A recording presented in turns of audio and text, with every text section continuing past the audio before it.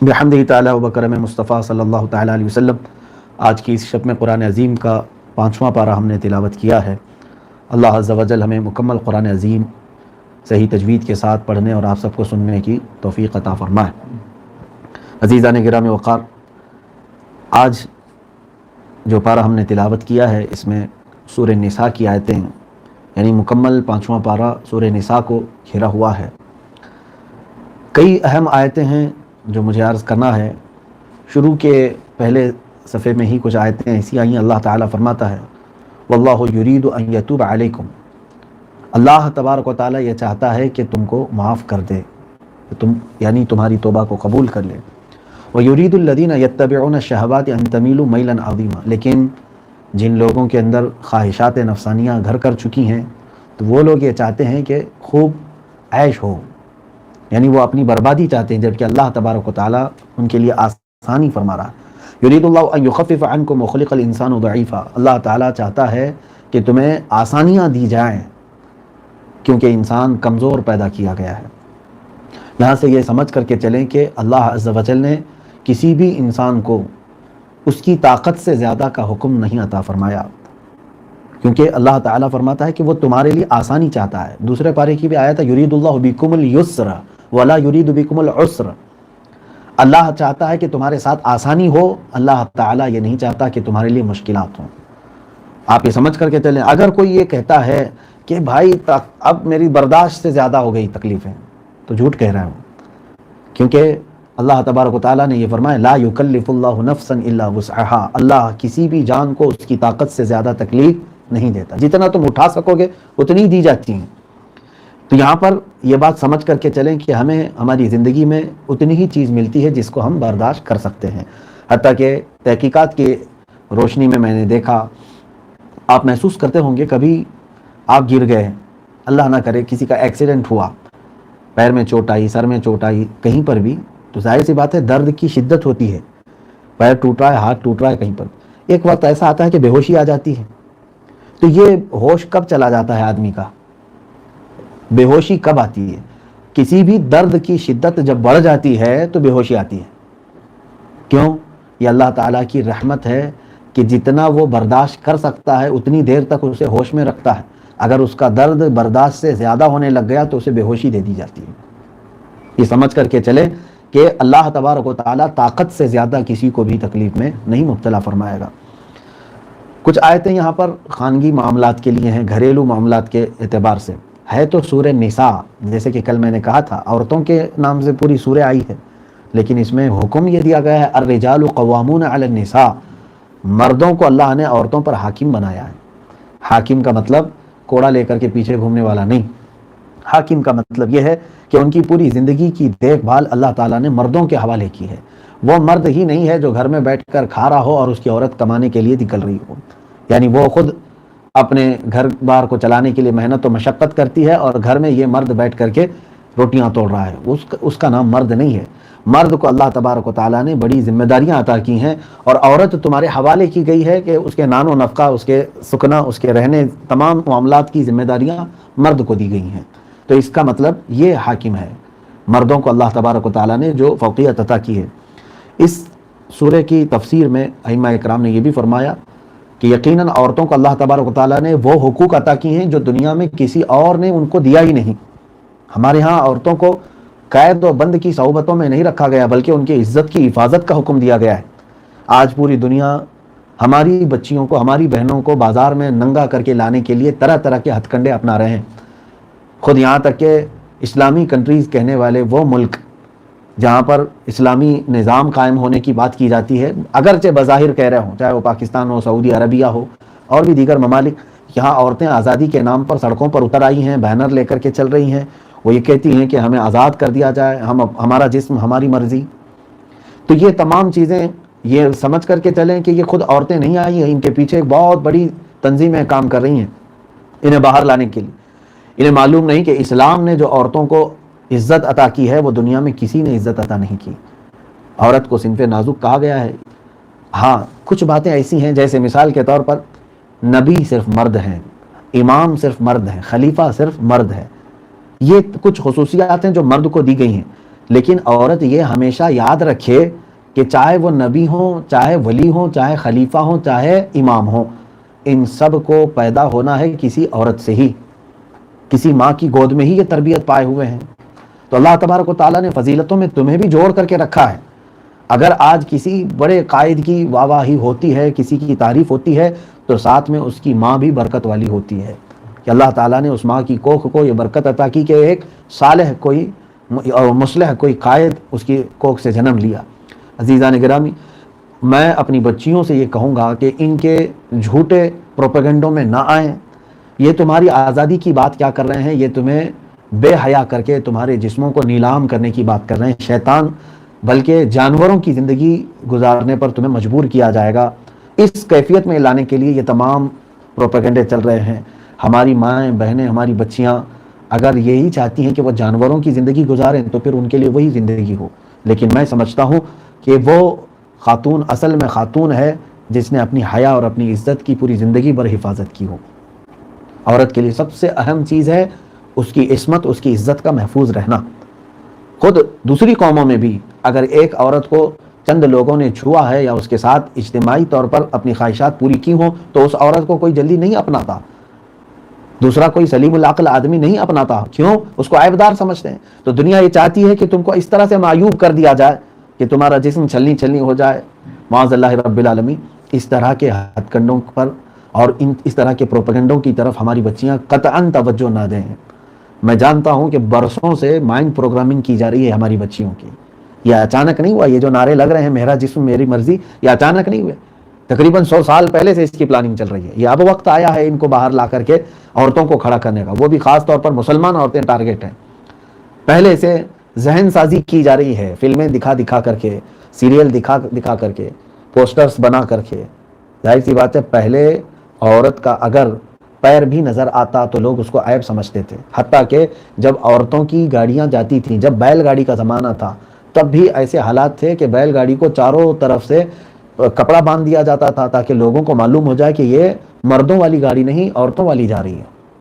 پہلے اتنا ان کو پابند رکھا گیا تھا، پابند کا مطلب قید نہیں ہے، ان کی عزت کی حفاظت تھی۔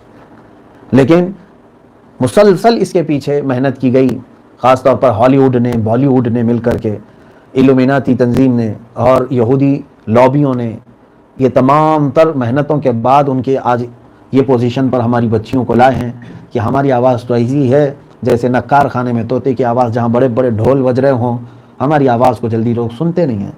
ان کو ایسا لگتا ہے کہ پوری دنیا فلمیں دیکھ رہی ہے، پوری دنیا سیریل دیکھ رہی ہے، ساری عورتیں تو اس طرح کے لباس پہن رہی ہیں، ہمیں کیوں روکا جا رہا ہے؟ میرے عزیزو، کل ہی میں نے ایک بات عرض کی تھی، اگر کوئی اصلاح کرنا چھوڑ دے، برائیوں سے روکنا بند کر دے، جیسے اس کسان کی طرح ہے جو اپنی فصل کے ارد گرد اگی ہوئی گھاس کو نہیں کاٹتا، تو ایک دن ایسا آئے گا کہ وہ گھاس اتنی بلند ہو جائے گی کہ اس کی اصل فصل اس کو نظر ہی نہیں آئے گی۔ اسی طرح آج حالات ہو گئے کہ یہ سب دیکھ کر کے لوگ خاموش بیٹھتے چلے گئے۔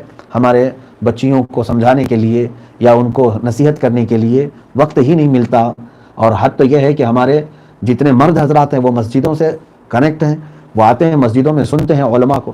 عورتوں کو تو ایسا ہو گیا کہ تقریباً زنگ لگ گیا ہے، نہ ان کو نصیحت کرنے والا کوئی ملتا ہے، نہ وہ اس طرح عموماً اجتماعات میں جاتی ہیں، جلسوں میں جاتی ہیں، کہیں ہوتا نہیں ہے۔ لیکن آج میں گزارش کروں گا کہ اب انٹرنیٹ کا زمانہ ہے کہ تمہارے ہاتھوں تک علماء کی تقریریں آ رہی ہیں، نصیحتیں آ رہی ہیں، تو اسلامیات دیکھو اور اپنے ذہن کو مغربی میڈیا اور دجالی تنظیموں کے منصوبوں سے اپنے آپ کو محفوظ رکھو۔ اللہ کریم ہماری بچیوں کی حفاظت فرمائے۔ اللہ تبارک و تعالیٰ نے اور کچھ آیتیں یوں ارشاد فرمائی، ایک کفار کے لیے آیت آئی، ان الذین کفروا بآیاتنا، اللہ فرماتا ہے بے شک وہ لوگ جنہوں نے ہماری نشانیوں کو جھٹلا دیا، جنہوں نے ہماری آیتوں کا انکار کیا، اللہ تعالیٰ فرماتے سوف نصلیہم نارا، ان قریب ہم انہیں دوزخ میں ڈالیں گے۔ اب دیکھیں میں آپ کو یہاں بتا دوں کہ دوزخ میں کون کون لوگ جاتے ہیں۔ دو طرح کے لوگ ہیں جانے والوں میں، ایک ہے ہمیشہ رہنے والے اور ایک ہیں چند دنوں کے لیے۔ اب وہ چند دن ہر ایک کے الگ الگ ہو سکتے ہیں۔ تو ہمیشہ جانے والے وہ صرف کافر ہیں، منافق ہیں، مشرک ہیں، جن کو کبھی نکالا نہیں جائے گا۔ اور جو چند دنوں کے لیے جانے والے ہیں اس میں ایمان والے بھی ہیں لیکن وہ گناہوں سے آلودہ ہو چکے تھے۔ تو مسلمان جنہوں نے گناہ کیے ہیں انہیں بھی دوزخ میں ڈالا جا سکتا ہے اگر ان کے گناہ بڑھ گئے اور ان کے متعلق فیصلہ آ گیا۔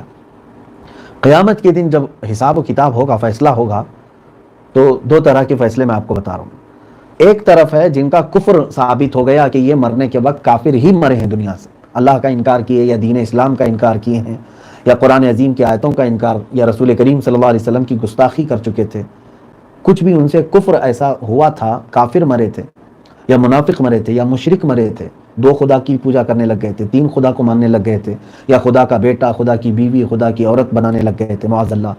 تو یہ جو مشرکین اور کفار ہوں گے، ان کے متعلق جب فیصلہ آئے گا قیامت کے دن تو ان کے بارے میں کہا جائے گا یہ ہمیشہ ہمیشہ کے لیے چلے جائیں گے، ان کو ہمیشہ ہمیشہ کے لیے دوزخ میں ڈال دیا جائے۔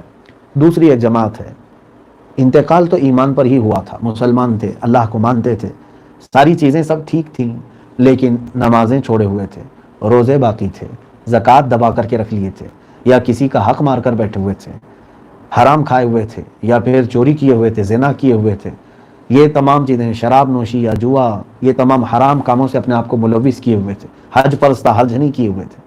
تو یہ جو بوجھ لے کر کے وہاں پر پہنچے، مسلمان تھے، کافر نہیں مرے، مسلمان تھے لیکن گناہوں کا ایک بوجھ لے کر کے گئے تھے، اب ان کے متعلق جو ہے دو طرح کے فیصلے آئیں گے۔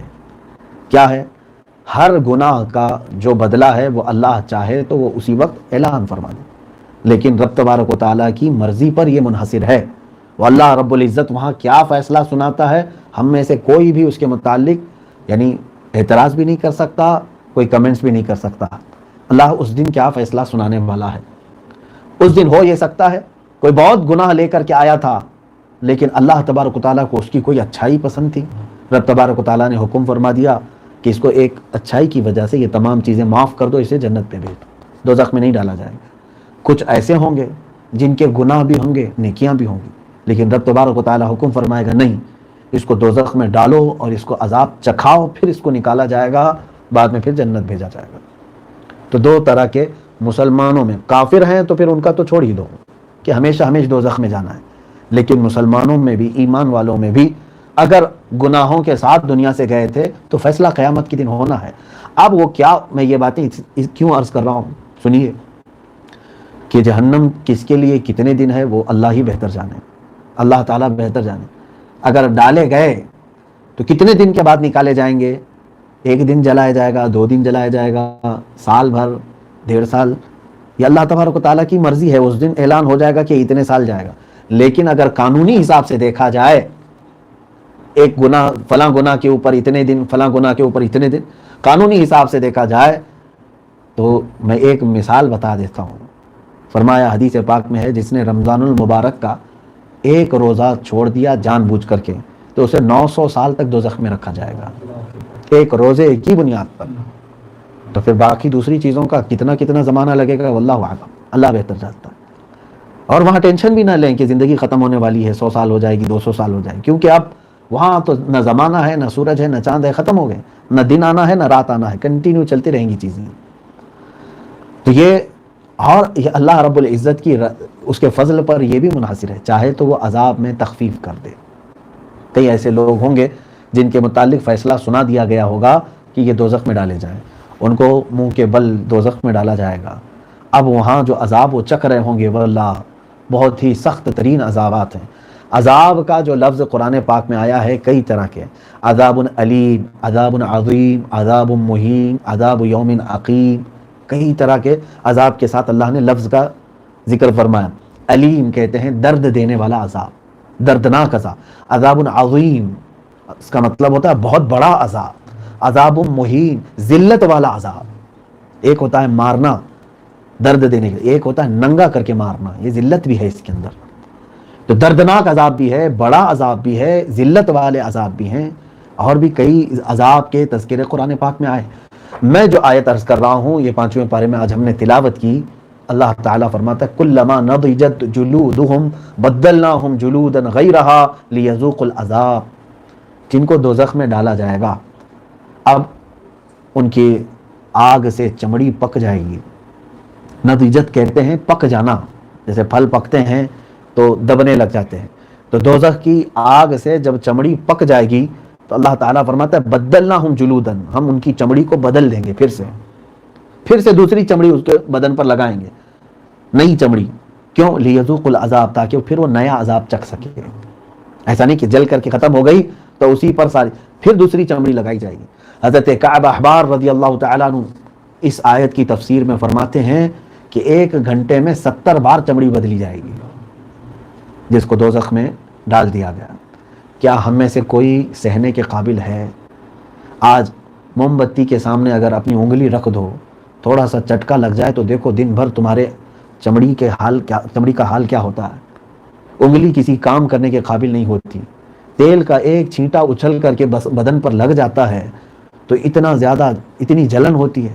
وہ دوزخ کی آگ کو 70 بار دھل کر کے دنیا میں بھیجا گیا، تب یہ آگ کا یہ اثر ہے. وہ نہایت کالی آگ ہے جہنم کی، جہاں پر ہاتھ نکالیں تو وہ بھی نظر نہ آئے. میرے عزیزو، ایک بات یاد رکھ کر کے چلیں، موت سے ہم میں سے کوئی بچ سکتا ہے؟ امپاسبل. سب کو معلوم ہے موت آنا ہے، چاہے وہ کسی بھی دھرم کا ماننے والا ہو. موت آ کر رہے گی، لیکن پھر بھی ہم سب موت سے بچنے کے لیے ہزار ہیلے بہانے کر رہے ہیں. دوا لے رہے ہیں، دعائیں کروا رہے ہیں، اپنی صحت کی فکر کر رہے ہیں. ہم موت سے بچنے کے لیے کتنی دوڑ بھاگ کرتے ہیں کہ کم سے کم مجھے کوئی بیماری نہ آ جائے. بچنا چاہ رہے ہیں، لیکن پھر بھی موت آ کر رہے گی. لیکن اس کے برعکس جہنم سے بچنا ممکن ہے، دوزخ سے بچنا ممکن ہے اگر بچنا چاہے تو، لیکن اس سے بچنے کا ایک بھی ہیلا بہانہ کوئی کرنے کو تیار نہیں ہوتا. اگر کوشش کر لی جائے تو یقیناً دوزخ سے بچنے کے اعمال آپ خود لے سکتے ہیں. ہم جہنمیوں میں نہ شامل ہوں، جہنم میں جانے والوں میں شامل نہ ہوں. اب میں آپ کو بتا دوں، آپ الحمدللہ مسلمان ہیں، ایمان لائے ہوئے ہیں اور ساری چیزیں آپ کی ٹھیک ٹھاک ہیں الحمدللہ. اللہ کرے کہ موت بھی ایمان پر آئے. لیکن قیامت کے دن جو اکثر لوگ دوزخ میں گھسیٹے جائیں گے، کفار و مشرکین کو چھوڑ دو، ان کی بات میں نہیں کر رہا ہوں، وہ تو ہمیشہ کے لیے جائیں گے. لیکن مسلمانوں میں بھی جن لوگوں کو دوزخ کی طرف گھسیٹا جائے گا، سورہ مدثر کی آیتیں ہیں کہ جب اکثر لوگ جو دوزخ میں ڈالے گئے ان سے پوچھا جائے گا تم کیوں آئے؟ قالوا لم نک من المصلین، وہ کہتے ہیں ہم نماز نہیں پڑھتے تھے، ہم نماز نہیں پڑھتے تھے. وَلَمْ نَكُ نُطْعِمُ الْمِسْكِينَ، اور ہم مسکینوں کو کھانا نہیں کھلاتے تھے. یہ دوزخ میں جانے والوں کی بات کہہ رہا ہوں. تو اکثر جو دوزخ میں گئے ہیں وہ نماز کی وجہ سے گئے ہیں. اور آج بھی میں دیکھ رہا ہوں کہ اکثر لوگوں کی اگر کوئی چیز باقی ہے تو نمازیں باقی رہ گئی ہیں. باقی سب پورا اپنا حساب کتاب صحیح کر رہے ہیں لوگ، لیکن نمازوں کا دیکھیں آپ، پچھلی چھوٹے ہوئے تمام حساب کتاب آپ کتنے بیٹھ کر کے اس کو صحیح کرنے کی کوشش کر رہے ہوتے ہیں. اپنے بزنس میں خسارہ ہوا، ابھی آپ 1 مہینہ اندر بیٹھے ہوئے ہیں، باہر جانے کے بعد آپ دیکھیں گے کہ کتنا نقصان ہوا تھا. اس کو بھرپائی کرنے کے لیے مجھے دن رات محنت کرنی ہے. جتنے بھی جاب والے ہیں، بزنس والے ہیں، سب جانتے ہیں کہ اب محنت زیادہ کر کے مجھے پچھلا پورا بھرنا ہے. تو کیوں اپنی چھوٹی ہوئی نمازوں کو اس دنیا سے چھوڑنے سے پہلے مکمل کیوں نہیں کر لیتے؟ تمہارے پاس آج وقت بھی ہے. کاش یہ لاک ڈاؤن میں ہی ایسا ہوتا کہ لوگ روزانہ اپنے ایک دن میں کم سے کم 10 دن کی بھی قضا نمازیں جو پہلے باقی ہیں کر لے جاتے ہیں. میرے خیال سے کئی دنوں کی قضا نمازیں پوری ہو جاتی ہیں. میں تو آج یہی تنبیہ کروں گا، گھروں میں اگر بیٹھے ہیں تو اپنی قضا پوری کر لو، اس لیے کہ یہ چھوڑی نہیں جائیں گی. روز محشر کے جہاں گداز بود اولین پرسش کے نماز بود، فارسی میں یہ شعر ہے. روز محشر، قیامت کا دن جو جان کو پگھلانے والا ہوگا، اے لوگوں تم سے سب سے پہلا سوال تمہاری نماز کے بارے میں ہوگا. اگر تم اس میں کامیاب ہو گئے تو بہت ساری چیزیں تمہاری آسان کر دی جائیں گی، اور اگر تم اس معاملے میں پھنس گئے تو ہر چیز میں پھنس جاؤ گے. تو بہرحال یہ آیت مجھے عرض کرنی تھی. اللہ نے فرمایا کہ جن لوگوں کو جہنم میں ڈالا جائے گا تو پھر وہ عذاب چکھیں گے. اتنا سخت ترین عذاب ہوگا کہ چمڑی تمہاری پک جائے تو ہر بار الگ چمڑی ڈالی جائے گی، جو کہ 1 گھنٹے میں 70 بار بدلی جائے گی. اللہ ہمیں اپنے جہنم کے عذاب سے محفوظ فرمائے. اس کے علاوہ آج جو ہم نے آیتیں تلاوت کی ہیں میرے عزیزو، اللہ کے حبیب صلی اللہ تعالیٰ علیہ وسلم کے متعلق اللہ تعالیٰ نے خود ارشاد فرمایا کہ وَلَوْ أَنَّهُمْ إِذْ ظَلَمُوا أَنفُسَهُمْ جَاءُوكَ فَاسْتَغْفَرُوا اللَّهَ وَاسْتَغْفَرَ لَهُمُ الرَّسُولُ لَوَجَدُوا اللَّهَ تَوَّابًا رَحِيمًا. اللہ فرماتا اگر مومنین، اگر ایمان والے لوگ اپنی جانوں پر ظلم کر لیں، یعنی گناہ کر لیں. گناہ ہم سب سے ہوتے ہیں، کیا کریں؟ سب سے گناہ ہو جانے کے بعد کیا کیا جائے؟ اللہ فرماتا جاؤک، اے رسول یہ آپ کے پاس آئے ہیں، فاستغفر اللہ، اور پھر اللہ کی بارگاہ میں استغفار کریں، اپنے گناہوں کی معافی طلب کریں. اور واستغفر لهم الرسول، رسول بھی ان کے لیے اللہ کی بارگاہ میں سفارش کریں. تو کیا ہوگا؟ اللہ فرماتا ہے لَوَجَدُ اللَّهَ تَوَّابًا رَحِيمًا، تو پھر وہ لوگ اللہ کو رحم کرنے والا اور توبہ قبول کرنے والا پائیں گے۔ 3 اسٹیپ بتائے گئے جب گناہ ہو جائیں۔ پہلے نمبر پر آپ کو دربار رسالت صلی اللہ علیہ وسلم میں حاضر ہونا ہے۔ دوسرے نمبر پر وہاں حضور صلی اللہ علیہ وسلم کی بارگاہ میں پہنچ گئے تو اللہ سے گناہوں کی معافی طلب کرنی ہے۔ تیسرے نمبر پر حضور بھی تمہارے لیے سفارش کریں، اللہ تمہاری توبہ کو جلد قبول کرے گا۔ اب یہاں پر حضور صلی اللہ علیہ وسلم کے دربار میں جانا جو حکم ہے، تو ظاہر سی بات ہے اگر یہ حکم لگا دیا جائے تو ہر ایک کو مدینہ جانا فرض ہو جائے گا۔ جب جب گناہ ہوں تو مدینہ طیبہ پہنچ جائے حضور کے دربار میں۔ تو آیت کا مصداق قیامت تک کے مومنین کے لیے ہے، لیکن حکم یہ ہوگا کہ تم اگر پیدل جا سکتے ہو یا جس طرح سے پہنچ سکتے ہو تو جاؤ، اور اگر نہیں جا سکتے تو اللہ تعالیٰ نے اپنے اس رسول کو شاہد بھی بنایا ہے۔ اِنَّا أَرْسَلْنَاكَ شَاهِدًا وَمُبَشِّرًا وَنَذِيرًا، اللہ فرماتا ہے ہم نے اپنے رسول کو گواہ بنایا۔ گواہ وہ ہوتا ہے جو حاضر ہوتا ہے اور دیکھتا بھی ہے۔ تو تم اگر گناہ ہو جائیں تو اللہ کے رسول صلی اللہ تعالیٰ علیہ وسلم کو قریب تصور کرو، کیونکہ قرآن کہتا ہے النبی اولیٰ بالمؤمنین من انفسہم، نبی مومنوں سے ان کی جان سے زیادہ قریب ہے۔ تو تم یہ تصور کرو یا رسول اللہ صلی اللہ علیہ وسلم میں حاضر ہوں آپ کی بارگاہ میں، آپ میرے لیے سفارش فرما دیں، پھر آپ توبہ کریں، استغفار کریں، پھر دیکھیں اللہ تبارک و تعالیٰ معافی کا پروانہ تمہیں عطا فرمائے گا۔ اور رسول کریم صلی اللہ علیہ وسلم کی متعلق یہ آیت آئی ہے تو بعض عقل کے اندھے یہ کہتے ہیں نہیں یہ زمانے رسالت میں حکم تھا کہ اگر گناہ ہو جائے تو حضور کے دربار میں آ جائیں، آپ کے انتقال کے بعد نہیں ہے۔ وہ دیوانے ہیں، پاگل ہیں، کیا قرآن صرف حضور کے زمانے کے لیے آیا تھا؟ بعد میں آنے والے کیا گناہ نہیں کریں گے؟ گناہ ہو رہے ہیں، لیکن ہم آپ کو بتائیں تاریخ میں خود تفسیر ابن کثیر جس کو اہل حدیث حضرات بھی مانتے ہیں بڑے اعتماد کے ساتھ، تفسیر ابن کثیر میں خود ایک واقعہ لکھا ہوا ہے کہ حضور صلی اللہ تعالیٰ علیہ وسلم کی وفات کے کئی سالوں کے بعد ایک اعرابی آئے اور انہوں نے حضور صلی اللہ علیہ وسلم کی قبر انور کے پاس بیٹھ کر مٹی اٹھائی اور اپنے سر پر ڈالنے لگے اور کہا مجھے اللہ نے حکم دیا ہے کہ گناہ ہونے کے بعد میں آپ کے پاس آؤں، اس لیے میں آپ کے پاس آیا ہوں، اب میرے گناہوں کی بخشش کے لیے آپ دعا فرمائیں۔ اس سے پتہ چلتا ہے کہ حضور کی وفات کے بعد بھی ہم حضور صلی اللہ علیہ وسلم سے سفارش طلب کر سکتے ہیں، حتیٰ کہ میں غالباً اس سے قبل آپ کو بتایا ہوں کئی ایسے معاملات بھی ہیں جس میں یہ بتایا گیا ہے کہ رسول کریم صلی اللہ تعالیٰ علیہ وسلم نے اپنے پاس آنے والوں کو پروانہ بھی عطا فرمایا ہے۔ جن لوگوں نے محسوس کیا ان لوگوں نے محسوس کیا۔ ہمارے امام نے اسی آیت کے تحت یہ عرض کیا تھا وہی رب ہے جس نے تجھ کو ہمتن کرم بنایا، ہمیں بھیک مانگنے کو تیرا آستاں بتایا، تجھے حمد ہے خدایا، تجھے حمد ہے خدایا۔ عزیزان گرامی وقار، یہ یاد رکھ کر کے چلے اللہ ہی مغفرت فرمائے گا، اللہ ہی بخشش کرے گا، لیکن اللہ تبارک و تعالیٰ نے ہمیں حکم یہ دیا ہے کہ میرے نبی کے دربار میں سفارش کرو۔ بخدا خدا کا یہی ہے در، نہیں اور کوئی مفر مقر، جو وہاں سے ہو یہیں آ کے ہو، جو یہاں نہیں تو وہاں نہیں۔ اعلیٰ حضرت رضی اللہ تعالیٰ عنہ نے فرمایا دربار رسالت میں آپ صلی اللہ علیہ وسلم میں حاضری سے کیوں کتراتے ہو؟ صحابہ کی تاریخ دیکھو، حضرت معاذ اسلمی ان سے خطا ہو گئی، بڑی خطا ہو گئی تھی، گناہ کبیرہ ہو گیا، لیکن روتے ہوئے آئے بارگاہ مصطفیٰ میں، کہا یا رسول اللہ صلی اللہ علیہ وسلم مجھ سے زنا ہو گیا ہے۔ ایک خاتون آئی تھی، انہوں نے کہا کہ مجھ سے بدکاری ہو گئی ہے، حضور صلی اللہ تعالیٰ علیہ وسلم نے سنسار کا حکم دیا، اور پھر یہ بھی حکم فرمایا اے میرے صحابہ معاذ اسلمی کو اللہ تعالیٰ نے ایسے معاف فرمایا ہے کہ اس کی توبہ کے عوض پورے مدینے والوں کے گناہ معاف کر دیے۔ کیوں؟ حضرت معاذ اسلمی سے گناہ ہوا تھا تو وہ کہاں گئے؟ پہلے حضور اکرم صلی اللہ علیہ وسلم کی بارگاہ میں۔ تو صحابہ نے بھی ہمیں یہ بتایا ہے کہ اللہ تعالیٰ نے قرآن میں جو حکم دیا ہے اس کے مطابق جاؤ، یقیناً تمہاری دعائیں باریاب ہوں گی، مستجاب ہوں گی۔ آج بھی میرے عزیزو اعلیٰ حضرت فاضل بریلوی رضی اللہ تعالیٰ عنہ نے ہمیں یہی درس دیا ہے، آج لے ان کی پناہ، آج مدد مانگ ان سے، پھر نہ مانیں گے قیامت میں اگر مان گیا۔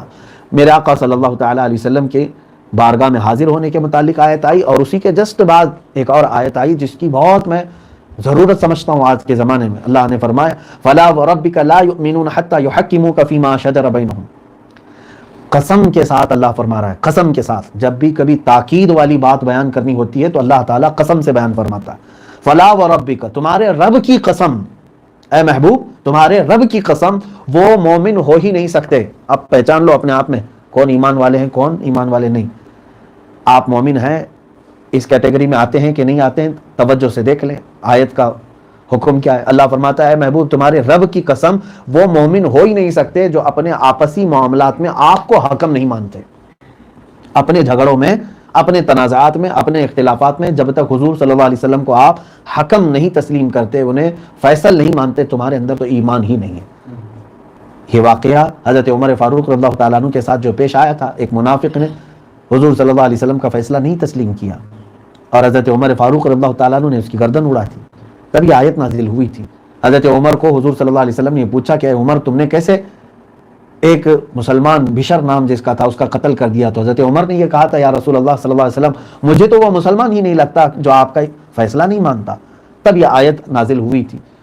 اور حقیقت میں میرے عزیزو، آج کے موقع پر میں یہ کہنا چاہوں گا، اگر تمہارے دو کے درمیان کوئی معاملہ چل رہا ہے اور اگر آپ کو حدیث رسول بتا دی گئی کہ اللہ کے نبی صلی اللہ علیہ وسلم نے یہ حکم فرمایا ہے، تو تم پر واجب ہے کہ تم حضور کی بات سن لو۔ اور اگر تم نے کہا میں نہیں مانتا اس چیز کو، تو تمہارا ایمان ہی ختم ہے۔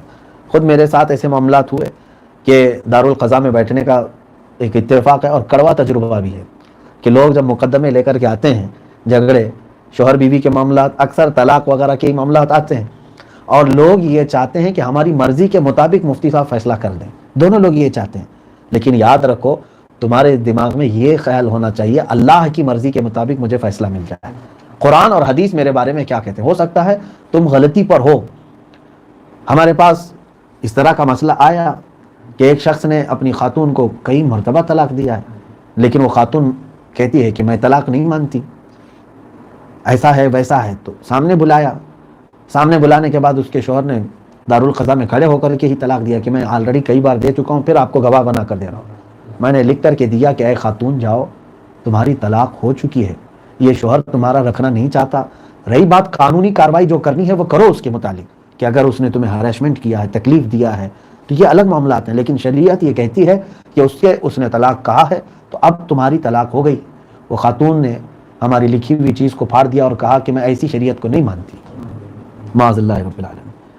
مجھے حیرت ہوتی ہے اس بات پر کہ ایمان سے ہی وہ نکل گئی، اسلام سے وہ خارج ہو گئی، کیونکہ میں اپنے پیٹ سے کوئی حکم نہیں بیان کر رہا تھا، بلکہ میں نے وہی بیان کیا جو اللہ قرآن میں بیان کر رہا ہے اور میرے مصطفیٰ صلی اللہ علیہ وسلم نے اپنی حدیث میں بیان کیا۔ جب تمہارے سامنے کوئی حدیث لکھ کر کے آ جائے کہ رسول اللہ صلی اللہ علیہ وسلم نے یہ فرمایا ہے، تو تمہیں اپنے سر و آنکھوں سے تسلیم کرنا ہوگا، اسے قبول کرنا ہوگا اور یہ کہنا ہوگا کہ آخری فیصلہ تو میرے نبی کا ہی ہے۔ اگر حضور نے حکم فرما دیا، اب ان کو تو دیکھیں آپ، ایک خاتون آئی حضور صلی اللہ علیہ وسلم کی بارگاہ میں، پیٹ میں بچہ ہے اور اس سے غلطی ہو گئی تھی۔ حضور صلی اللہ علیہ وسلم نے پوچھا کیا تمہیں اس بات کا اعتراف ہے؟ تو اس خاتون نے کہا ہاں غلطی ہو گئی ہے۔ اللہ کے نبی صلی اللہ علیہ وسلم نے حکم فرمایا کہ اس خاتون کے لیے حکم تو یہ ہے کہ سنسار کیا جائے گا، شادی شدہ تھی لیکن دوسرے مرد سے اس نے غلطی کر لی ہے، لیکن اللہ کے نبی صلی اللہ علیہ وسلم نے حکم فرمایا ابھی اس کے پیٹ میں بچہ ہے، بچے کا کوئی قصور نہیں۔ اس خاتون کو بھیج دیا گیا، کہا کہ ولادت ہونے کے بعد آنا۔ وہ عورت گئی اور بچے کی ولادت ہوئی، فوراً حضور کے دربار میں پھر آ گئی، حضور میرے متعلق کیا حکم ہے؟ فرمایا تیرے متعلق وہی حکم ہے، سزا تو ہوگی لیکن ابھی نہیں، تیرا ابھی پیدا ہوا بچہ ہے، اس کا حق ہے کہ تو اسے دودھ پلائے، دودھ پلاؤ اور مدت ختم ہونے کے بعد آؤ۔ دودھ پلا کر کے بچہ جب 2 سال کا ہوا تو وہ خاتون اپنے بچے کو لے کر کے آئی، اور پھر یہ بھی بیان کیا گیا کہ خاتون نے حضور صلی اللہ علیہ وسلم کے پاس اپنے بچے کو پیش کر کے یہ کہا کہ یا رسول اللہ صلی اللہ علیہ وسلم، اب میرا بچہ اچھے اور برے کی تمیز کر لیتا ہے، آگ اور پھول کو پہچان لیتا ہے، اب اس کو میرے بغیر بھی جینے کا طریقہ معلوم ہے، لہٰذا اب میرے بارے میں کیا حکم ہے؟ اللہ کے نبی صلی اللہ علیہ وسلم نے اس کے بعد حکم فرمایا، اس خاتون کو سنسار کیا گیا اور وہ فوت ہوئی، ان کا انتقال ہوا۔ میں کہنا یہ چاہتا ہوں کہ یہاں تو ہم چھپانے کی کوشش میں بیٹھے ہوئے ہیں کہ کسی بھی طرح 1000 غلطیاں کر کے بھی ہم ہماری مرضی کے مطابق فیصلہ لے لیں، اور ان سے ایک خطا ہوئی وہ بار بار دربار رسالت میں آ رہی ہیں اور کہہ رہی ہیں۔ کیوں؟ اس لیے کہ انہیں آخرت پر یقین تھا، اگر یہاں چھپا کر بچ بھی گئے تو آخرت میں بچنا تو مشکل ہے، وہاں تو ساری چیزیں کھل جائیں گی، اور جو یہاں پر اللہ اور اس کے رسول کے فیصلوں کو مان لیا، انشاءاللہ العزیز قیامت کے دن سخت ترین سزاؤں سے وہ محفوظ ہو جائے گا، وہ بچ جائے گا۔ اس لیے آج اس بات کو تسلیم کریں۔ دیکھیں آج ہم نے اللہ اور اس کے رسول صلی اللہ علیہ وسلم کے فیصلوں کو ماننے سے ہچکچاہٹ کی، جس کی سزا اللہ تعالیٰ نے ہمیں یہ دی ہے کہ کم ترین قسم کے لوگوں کے سامنے تمہیں ہاتھ جوڑ کر کے کھڑے ہونا پڑتا ہے، اپنے معاملات میں ایسے لوگوں کو تمہیں حکم بنانا پڑتا ہے جن کو پیشاب کرنے کا سلیقہ نہیں معلوم، طریقہ نہیں معلوم، وہ لوگ تمہارے حکم بنتے ہیں، فیصل بنتے ہیں۔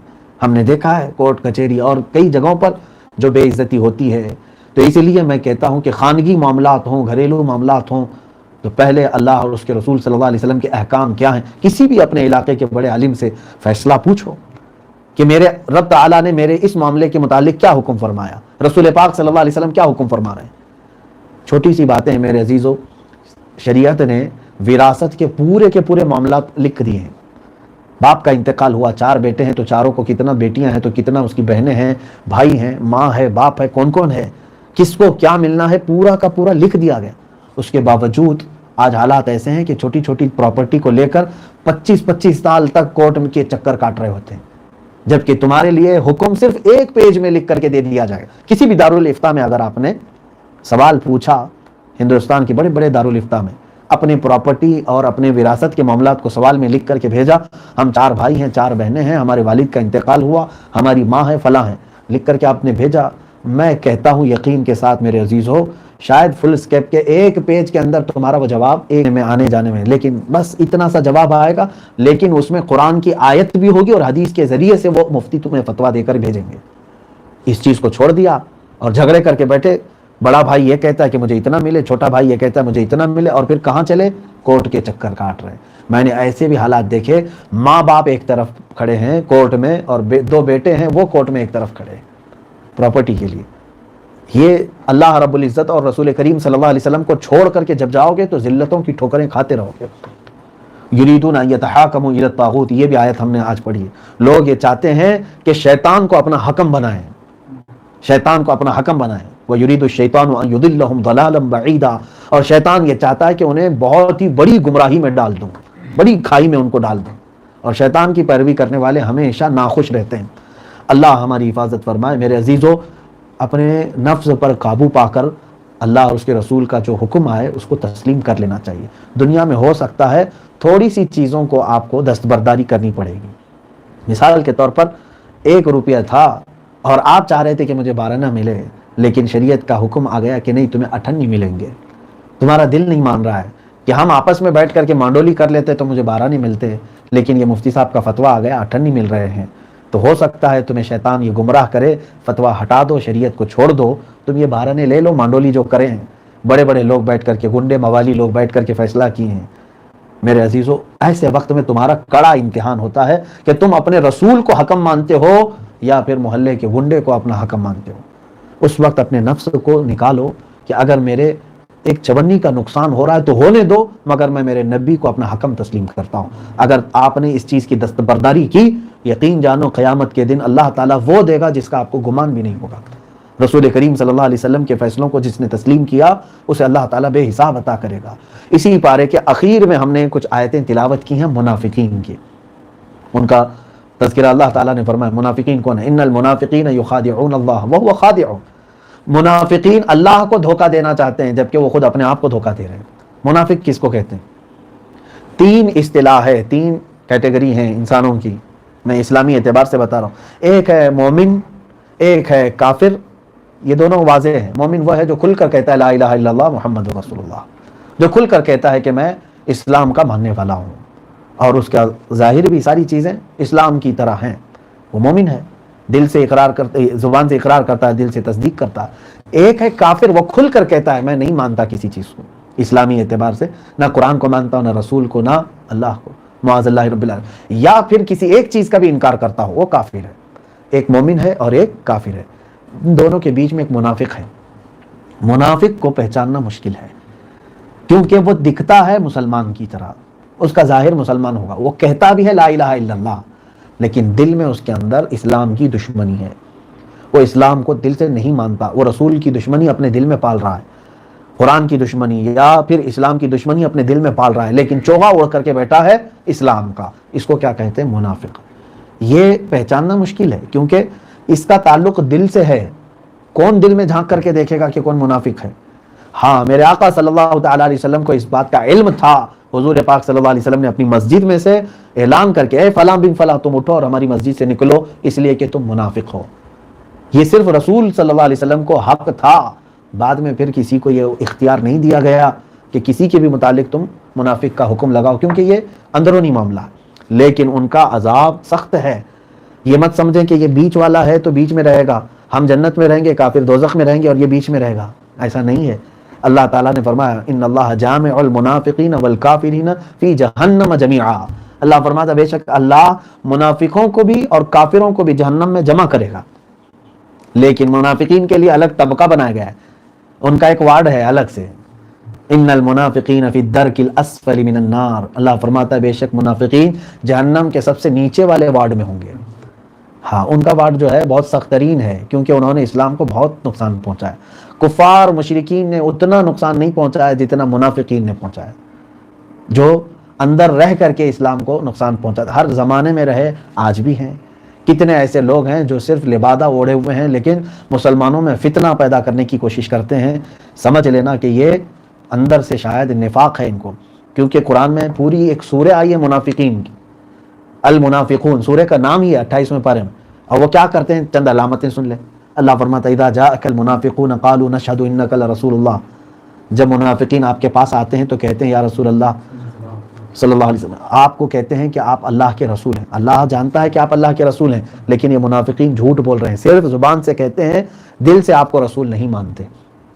یہ کیا کرتے تھے معلوم ہے؟ منافقین کا سردار تھا وہاں پر مدینہ طیبہ میں، کئی منافقین تھے جو یہودی تھے لیکن اسلام لائے ہوئے، جنگ بدر میں شریک ہوئے، جنگ احد میں آئے، یعنی جہاد میں حضور صلی اللہ علیہ وسلم کے ساتھ آئے مال غنیمت لینے کے لیے، باقی ان کا کوئی مطلب نہیں تھا۔ تو منافقین کیا کہتے تھے، یہودیوں کے پاس جاتے تھے اور پھر یہاں مسلمانوں کے پاس بھی آتے تھے، وَإِذَا لَقُوا الَّذِينَ آمَنُوا قَالُوا آمَنَّا، جب ایمان والوں کے پاس آتے تو کہتے ہم تو ایمان لائے ہوئے ہیں، کیا اسلام ہے، کیا بہترین دین ہے۔ وَإِذَا خَلَوْا إِلَىٰ شَيَاطِينِهِمْ، اللہ خود ان کی باتیں بیان فرمائے، اور جب وہ اپنے گرو گھنٹالوں کے پاس جاتے تو کہتے ہیں ہم تو ان کے ساتھ مذاق کر رہے تھے، ان کے ساتھ ٹھٹا کر رہے تھے، مسلمانوں کو بیوقوف بنا رہے تھے، جبکہ اللہ نے قرآن میں ان کی تمام حرکات کو بیان کر دیا کہ وہ کیا کرتے ہیں۔ عزیزان گرامی، اس طرح اسلام کا لباس پہن کر کے لوگوں نے پوری سلطنتیں برباد کی، وہ تھے منافق لیکن اسلام کا خاتمہ کرنے کے لیے ان کو بٹھایا گیا۔ آج سعودی عرب کی جو حالت ہوئی ہے اس میں بھی منافقین کا بڑا کردار رہا ہے۔ ترکی میں سلطنت عثمانیہ کو ختم کرنے والا مصطفیٰ کمال بادشاہ، جو سلطنت عثمانیہ تقریباً 650 سال چلی، اس کو ختم کر دیا تھا پورے یورپ نے مل کر کے، اس کی تمام تر جتنی ریاستیں تھیں سب توڑ دی، 40 کنٹریز میں اس کو بدل دیا گیا تھا، اور ترکی میں سیکولر قانون نافذ کر کے ایک ایسے شخص کو بٹھایا گیا مصطفیٰ کمال بادشاہ، جو نام تو دیکھیں مصطفیٰ کمال ہے لیکن اس کی حرکتیں ایسی تھی کہ اس نے اسلامی جتنے بھی معاملات تھے سب پر پابندیاں لگا دی تھیں، قرآن کے متعلق، اذان کے متعلق، حجاب کے متعلق، لباس کے متعلق، حتیٰ کہ وہ قرآن کی جو ہینڈ رائٹنگ ہے عربی اس کو تک بدل دیا تھا اس نے۔ 11 سال کے اندر پوری ترکی میں اس نے ایسا چینج کر دیا، تبدیل کر دیا، روشن خیالی کے نام پر، آزاد فکر کے نام پر پورے روح اسلام کو نکالنے کی کوشش کی، اور بعض ہمارے محققین نے کہا ہے کہ وہ دراصل یہودی تھا، مسلمان بن کر کے لوگوں پر حکومت کیا، اس کا اثر تقریباً 80 سال تک ترکی پر چلتا رہا۔ آج بھی آپ جا کر کے دیکھیں تو یورپ کا اکثر کلچر وہاں مسلمانوں میں نظر آتا ہے، 80 سال تک انہوں نے ایسے منافقین کو بٹھایا، مسلمان نام دے دے کر کے۔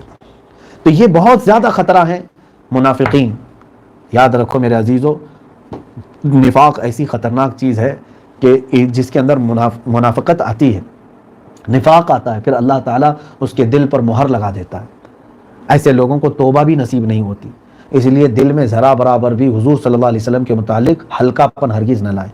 حضور اکرم صلی اللہ علیہ وسلم نے منافقین کی چند علامتیں بیان کی ہیں، اس میں سے ایک علامت یہ میں بتا دوں، بخاری شریف کی حدیث ہے، آیت المنافق ثلاثۃ، منافق کی 3 علامتیں، اذا حدث کذب، جب وہ بات کرتا ہے تو جھوٹ بولتا ہے، واذا اؤتمن خان، اور جب امانت رکھی جائے تو خیانت کرتا ہے، جو رکھا جائے وہ دیتا نہیں، واذا وعد خلف، جب وعدہ کرتا ہے تو وعدہ خلافی کرتا ہے۔